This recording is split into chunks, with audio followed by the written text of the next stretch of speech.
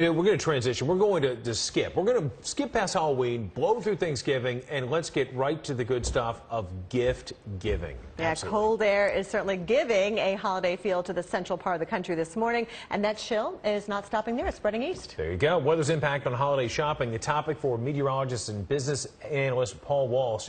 It's his exclusive first look of the season. And Paul, we're always so happy to have you with us. Can you, we got to ask you, weather can dictate our holiday shopping ritual, can it? I mean, can you talk about the overall impact? Yeah, it certainly can, Reynolds. In fact, recent studies have shown that while a lot of us shop online, still more than 80% of us shop in the stores. Therefore, holiday shopping becomes a weather issue because the weather and increasingly the weather forecast impacts when we shop, where we shop. It impacts what we buy, which is significantly important. And it also impacts how we shop. So the entire sort of holiday season is shaped by the weather and also the weather forecast. Paul, I'm amazed that they can even predict how much money we're going to spend, but I understand the National Retail Federation projects holiday spending at $682 billion this season. So how big of an impact is it on the bottom line for retailers? It's everything, Kelly. I mean, many retailers do their entire year during the two-month season, the two-month sort of holiday shopping season. And the weather is such a big part of that. You know, about 60% of us decide whether or not to go shopping based on the weather forecast. I'm outside of Philadelphia today. I'm sure there's a lot of people that are not planning to go shopping today. They're going to stay home and shop.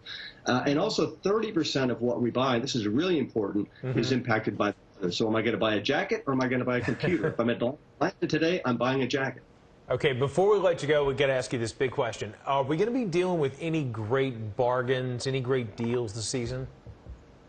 Reynolds, I don't think it's going to be as good this year. And the reason is because we've got this early cold, which is colder than last year, so that retailers are actually going to be selling a lot of stuff early. Selling a lot early means they'll have less inventory and will not need to take as big of markdown. So the weather is great for the economy. It's great for businesses. It's not as good for us. And like you said, it all depends on the weather. Say if it's snowing early this year, people are going to be running out to buy shovels and snow blowers, right, Paul?